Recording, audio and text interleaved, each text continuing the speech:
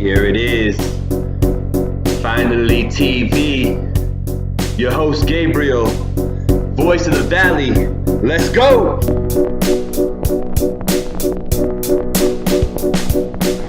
Tune in, subscribe, YouTube, let's get it.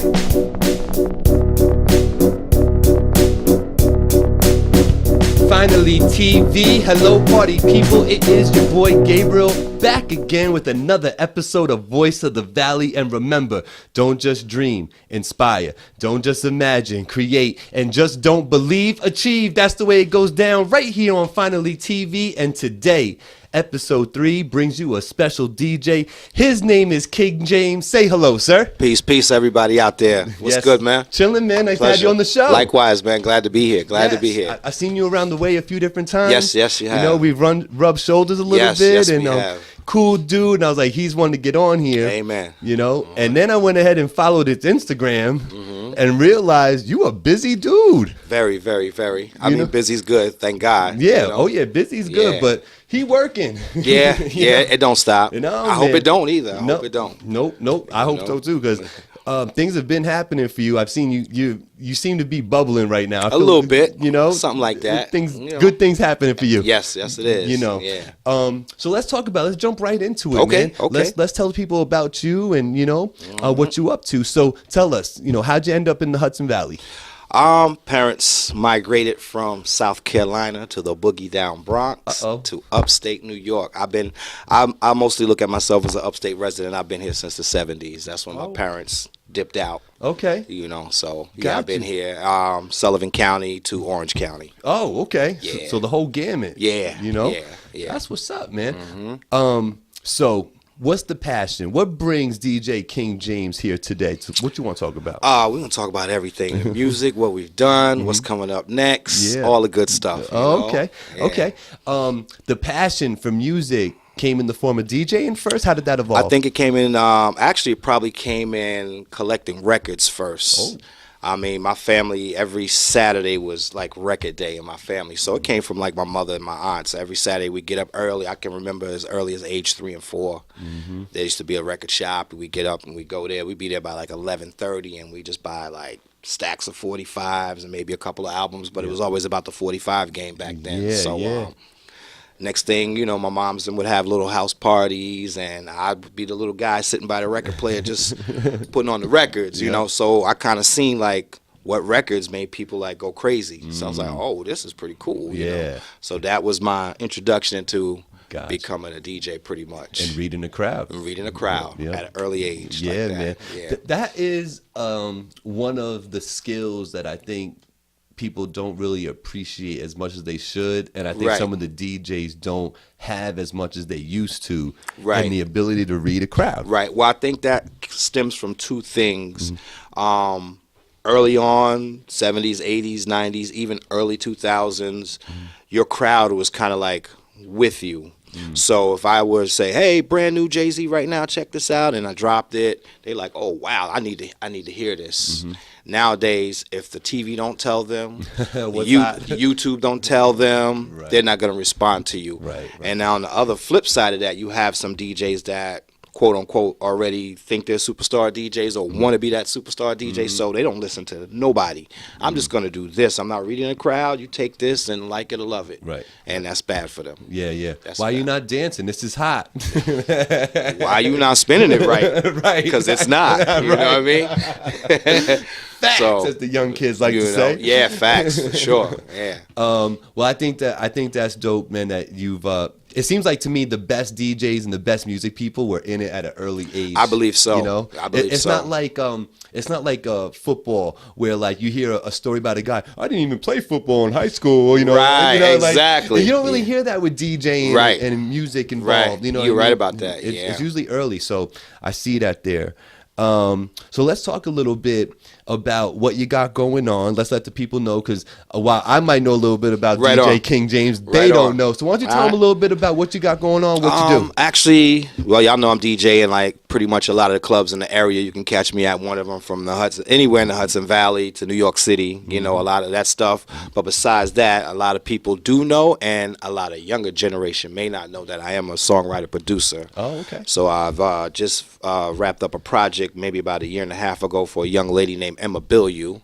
We created a nice project, and she's doing really well right now.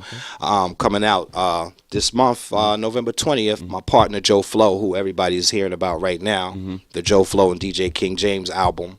Under Slam Jams Records, Slam Worldwide, which is Chuck D from Public Enemy's label. Okay.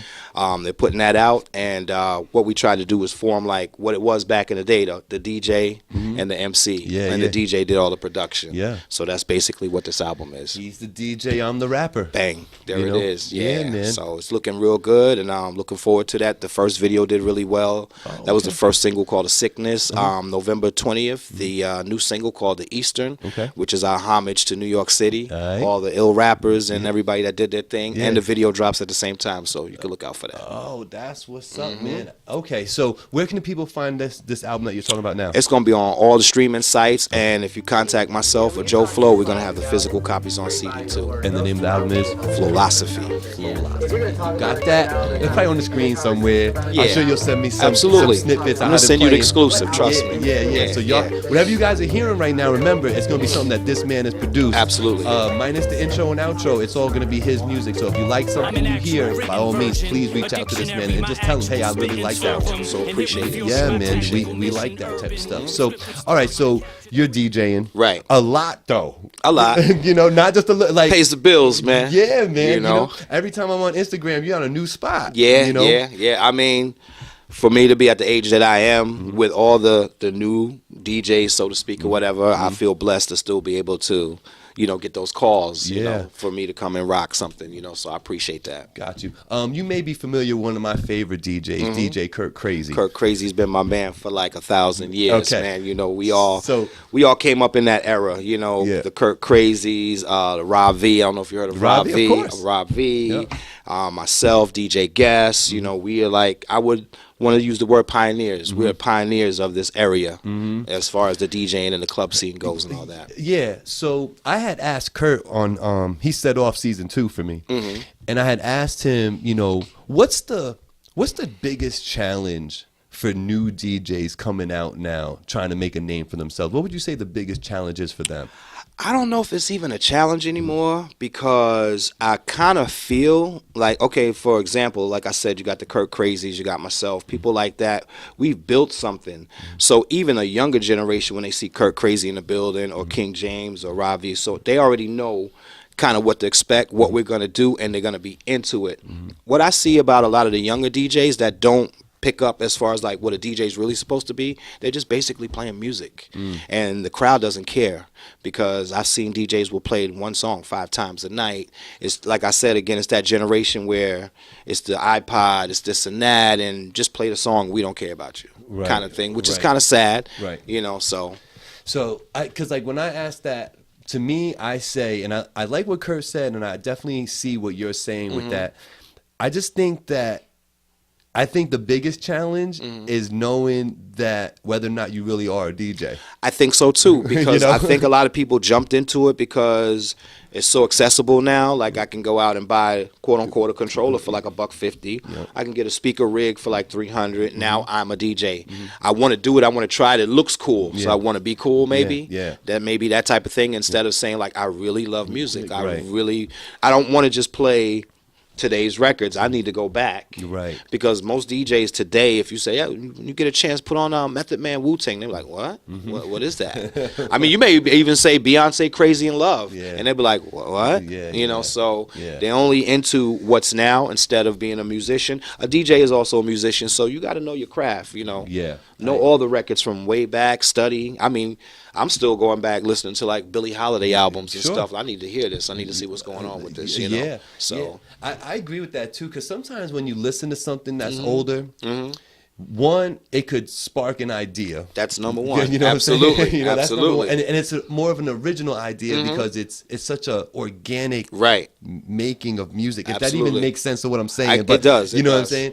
Yeah. But two, you know, when you listen to something like that, you might get an idea how to engineer something because everything sounded different to me. Right. Like recordings pre 90 sound different Right. than recordings after that point. Right. You know what I mean? And the way you put it together changes because, you know, maybe they were limited in the equipment, how they did it. I mean, I'm amazed by that. Like I've listened to like older records and I still do. And I'm like, I'm so amazed knowing what we have today to play with and how at a snap of a finger we got bam, bam, bam. Right. And I'm like, wow, look at all the work that they had to do and overdub and redub and probably do this to make this sound like that.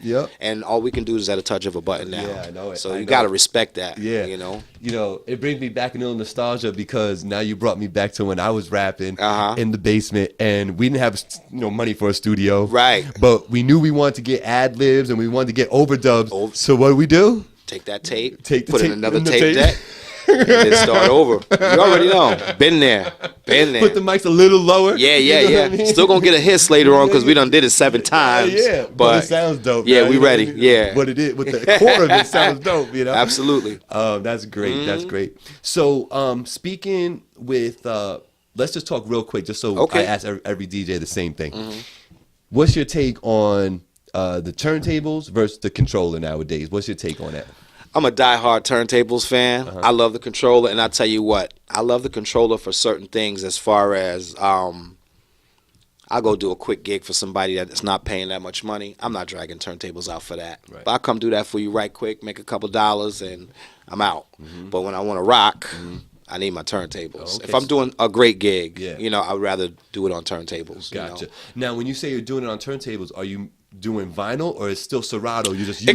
It can still be Serato. It can still be Serato. I mean, you know, vinyl is quote unquote back in and never left for me. Yeah. But I love when people's like, yo, we're doing an all vinyl party. We want you to, oh man, I love that. Yeah, you know? yeah, but yeah. Serato is just as fine, you know, using the vinyl or whatever. But you like the feel of the turntable. I just love the feel of it. Yes, absolutely. Yeah, absolutely. yeah. Absolutely. I get that. I get that. I know for a fact, you know, some of y'all DJs, you'd be good on a controller, but then all of a sudden it's you go just on too the easy, turntables and you might have lost it because you've been on this thing for too long. And you're like, man, I gotta brush up. You know, I always keep the turntables hooked up at the house. I got a set that's straight for the house, and I'm on them suckers every day. There you go. Yeah, keep it sharp. You got to. You got to. Sharp. It's a must. Yeah. So talking about equipment and the evolution of thereof, what are you doing? What are you making beats on nowadays? I've always, from the time I started producing, I'll never forget it. We saw this machine, a partner of mine. You may have heard his name. His name is Slam Allen. He's a blues guitarist. Yeah. Him and I had a music magazine one day, and we saw this thing, and then we turned the page, and we both were like, the EPS and Sonic. Oh, okay. And I still use that to this day. Get out. Yes. Get out. You got me stumped right now. I never heard of that. You never I heard thought of you were that? telling me about the SP. Nope. You were telling me about the MPC. Nope. And I bought an MPC for the first time maybe like about 5 years ago. I bought the MPC 1000. Still in the house, brand new. I couldn't understand it. Oh, okay. I got it because everybody's like, yo, if you're dope with that, I can imagine how you're going to be on an MPC. So let me get one and try it. And I just couldn't understand the screen. Gotcha. But I just bought the, maybe about 3 years ago, the MPC Studio. Oh, yeah. Dope. Yeah. People Now really like that. It's on the screen. I said, oh, now I can understand this. So yeah. I I've got heard good that. things about Studio. So I got that piece. And Got you. yeah. Okay. And what's your take on making new music? Are you still sampling? Are you Absolutely. playing it out? What are you doing? I do both. I've always done both. I play a little bit, you know, like I add to the sample by playing some keys or bass or whatever the case might be. I've always done that. So, but I'm a crate digger all day. I'm probably gonna catch a spot when I leave up out of here real quick. So there you go. yeah. So since it's been mentioned on half of my episodes, did you ever make it to a record city? In Poughkeepsie? Absolutely, back in the day. Yeah. Shout out to Monster. Yeah, Monster, that's my boy. Yeah. I just go there, frequent that every once in a while. Yeah. Love that place, Yeah, man. that place holds a special spot for Yeah, me. I was up in there a lot. That's with your Monster. home, so of course. Yeah, you know yeah. what I mean? Like They had a lot of good stuff. Oh in there. my goodness! I would go man. in there and just splurge out, man. I mean, people like Large Pro and Lord Finesse used to go in there. I've heard that. You know, I really dig in, heard and that, He met quite a few people that came through. There was a story about it was either Fat Joe, somebody from the Bronx was coming down and digging through there. That wasn't Lord Finesse. But yeah, man, that was a great place to go dig. Yeah, That he actually basement- used to sell, that basement. But he actually used to sell some of my mixtapes in there too. Oh, okay. Now, a bit of history. My original DJ name was DJ Joint. Oh, okay. That was my original DJ name. I changed it to King James probably like 1998, 99. Started making the transition. Got you. Yeah. The light bulb just went off in Monster's head. He's like, I remember him. Yeah. That's what's up, man. Okay.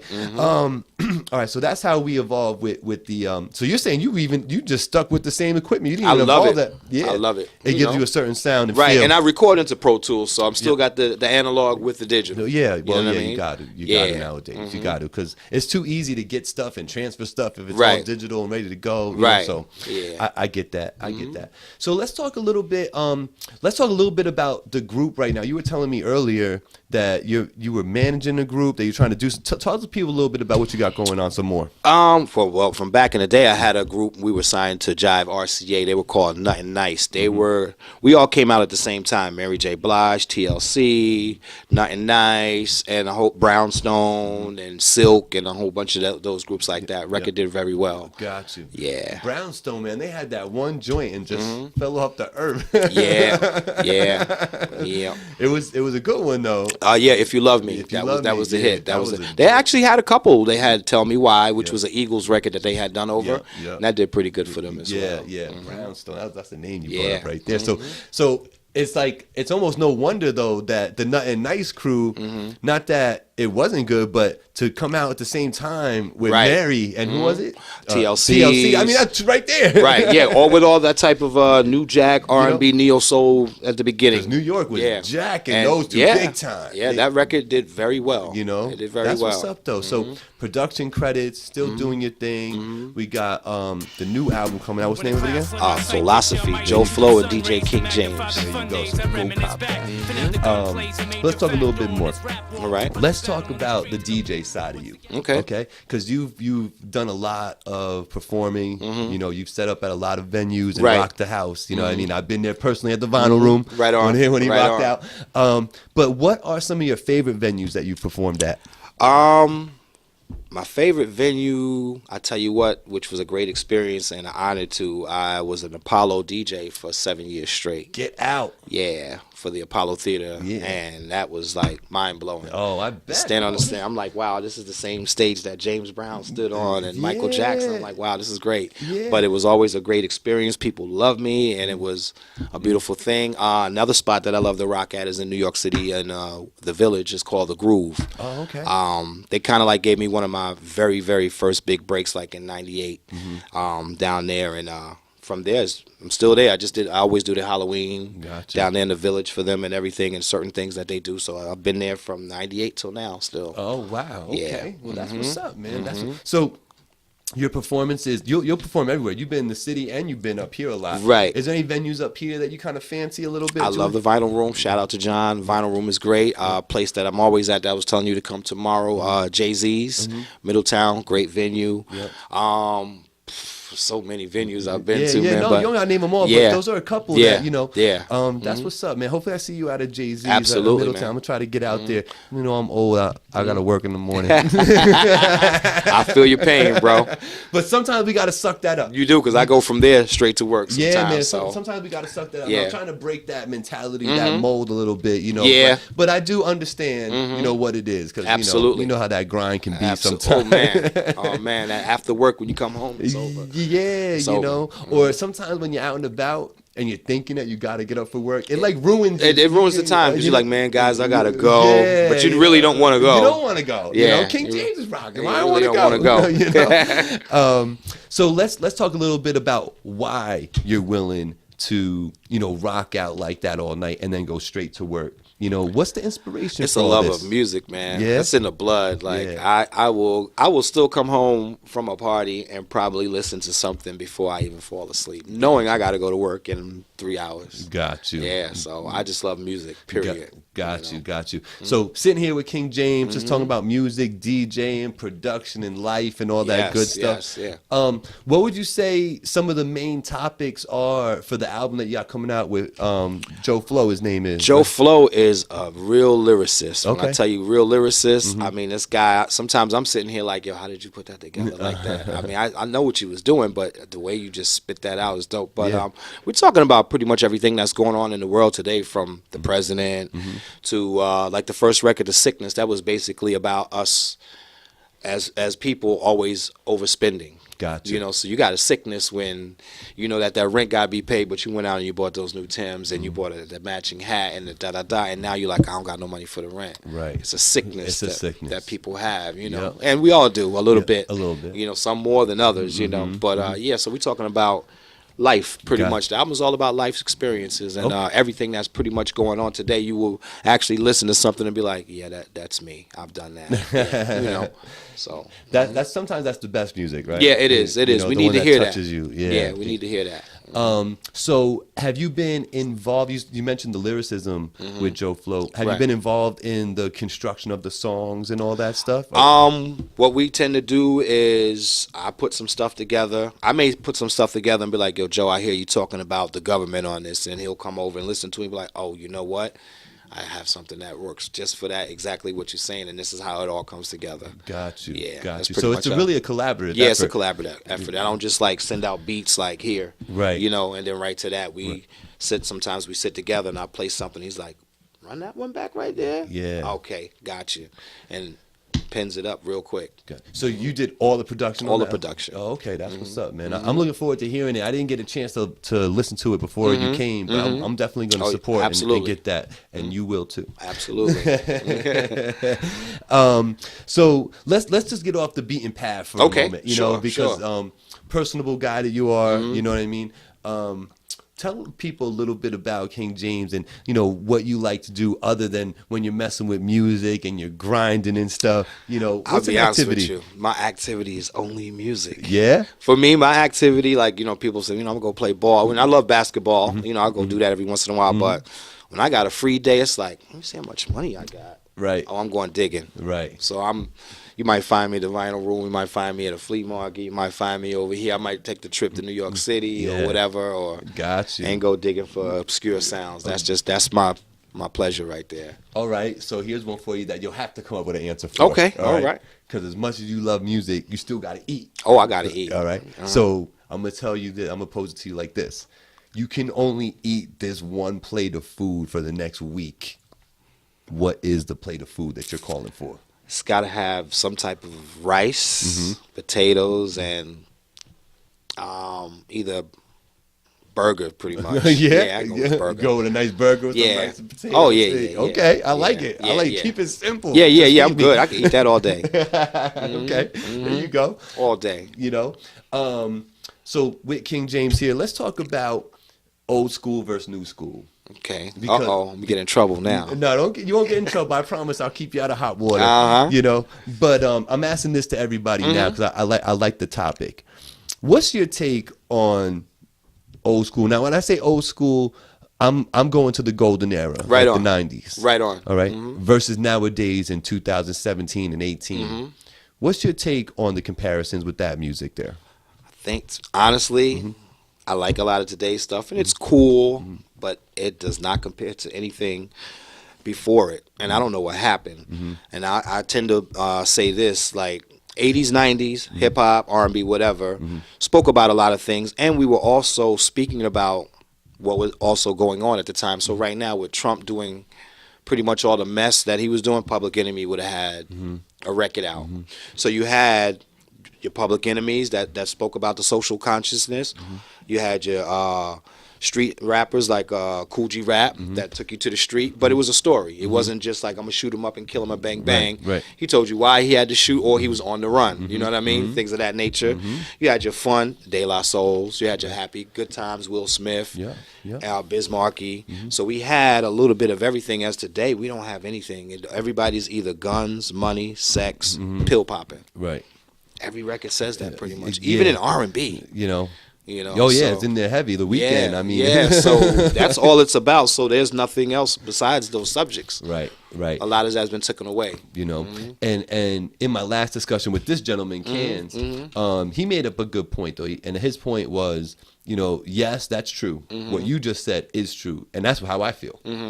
But he's like, there is still real hip hop out there. Oh, there really is. You just have to go find it now. Right, and the reason being, and I'm gonna tell you the real reason being, is because when you have, let's say, like a Cans or a JOPHLO or somebody that's speaking something that could reach the ears of youngins and wake them up, they don't want the people to be awoke anymore.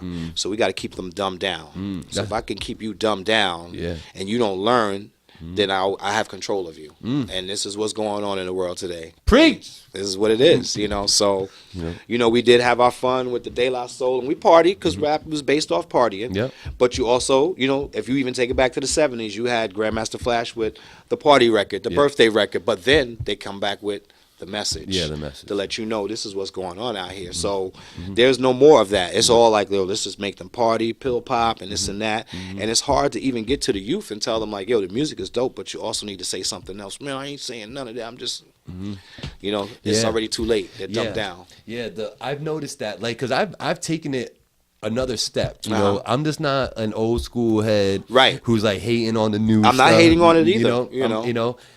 So I dug in a little bit, and I just wanted to see, you know, what are they really saying? Right. You know, how many times did I look up Eminem lyrics because I missed what he said? I want to know. Right. Like, what was you saying? You know what I mean? Even Cool G Rap gets like that, you know? So I went to go look. They ain't saying nothing. They're not saying anything. A lot of it, and this is why they came up with the phrase mumble rap. And here's the thing. They will coin something, and then everybody falls to the coin. So we call it mumble rap only because maybe Future was the first one to come out with something that you kind of didn't understand and you had to listen close. So, oh, that's the new thing, mumble rap. So now everybody else wants to, you know, follow that path. It's like, yo, nobody's original. Yeah. Nobody's original. That's Future's thing. Yeah, yeah. Mobb Deep was their thing. So, you know, of course, you had like 5 others that tried that, but that's Mobb Deep's sound. Yeah, exactly. You know, so. And, you know, a great example of that is Das Effects. Right on. Bum skiddly, you know, you're right on. Because they came on the scene, they tore your head off lyrically, and then people tried to bite the style. Couldn't do it the way they did it, but they tried. They tried.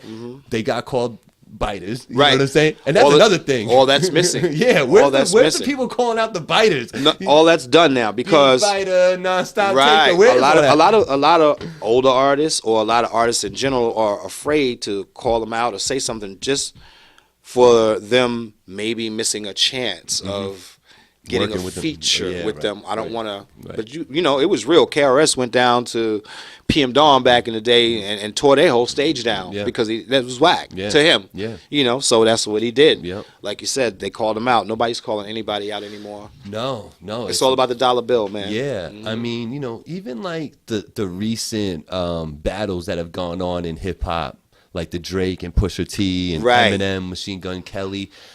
Like, I'm an Eminem fan. Like, to me, when that boy came out, I was amazed. I'm like, I like the early Eminem. Yeah, when he started making albums, I kind of was like, you know, some of it I loved, a lot of it I didn't. But I mean, those first 2 albums, right? Absolutely. That's classic material right there. When he hit the scene, I was like, oh my god, yeah, you know what I mean? Something special. It was something special, and now it's like, you know, it's just not there. Like even the lyrical guys, you know, Kendrick and J. Cole and these guys, it's dope. But something is missing. It's not the same. Right. There's something that's not giving it that, like, oh my God, I gotta repeat that. I gotta hear that again. I'm going to get it now. You know? Like, I think it's just the way that the industry is set up now, pretty much. So it took a lot away of the fun.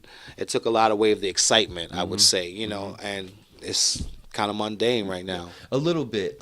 That's why we need, you know, artists like Cans, JOPHLO, and, you know, Beat taggers, shout out to them. Yeah, man. You know, people coming up really spitting those bars. Right. You know, and then you know, Kanzo has mentioned they're out there. You have like Sky Zoo, dope lyricists. They're out there. You know, Master Ace is still making a great album. I'm listening to it right now in the car. You know what I mean? And Royce, OC. I mean, these people are still making great albums, but that's never gonna reach the masses. No, and that was his point. It's like he said that he had a good line. He said, you know, it's all good. He's like, but the stuff they're pushing on mainstream is probably not the stuff on my playlist. There you go. Not on mine's either. You know what I mean? And it's a great way to, it's a great attitude to have because you're not hating.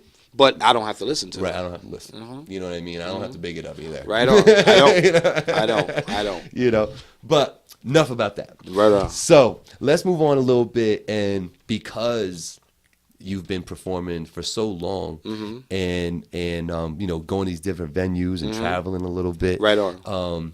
Has there been a time where like you were made to feel like a star, like you were like, this is like I'm famous right now? The Apollo. Oh yeah. Tell us a story, man. Excuse me.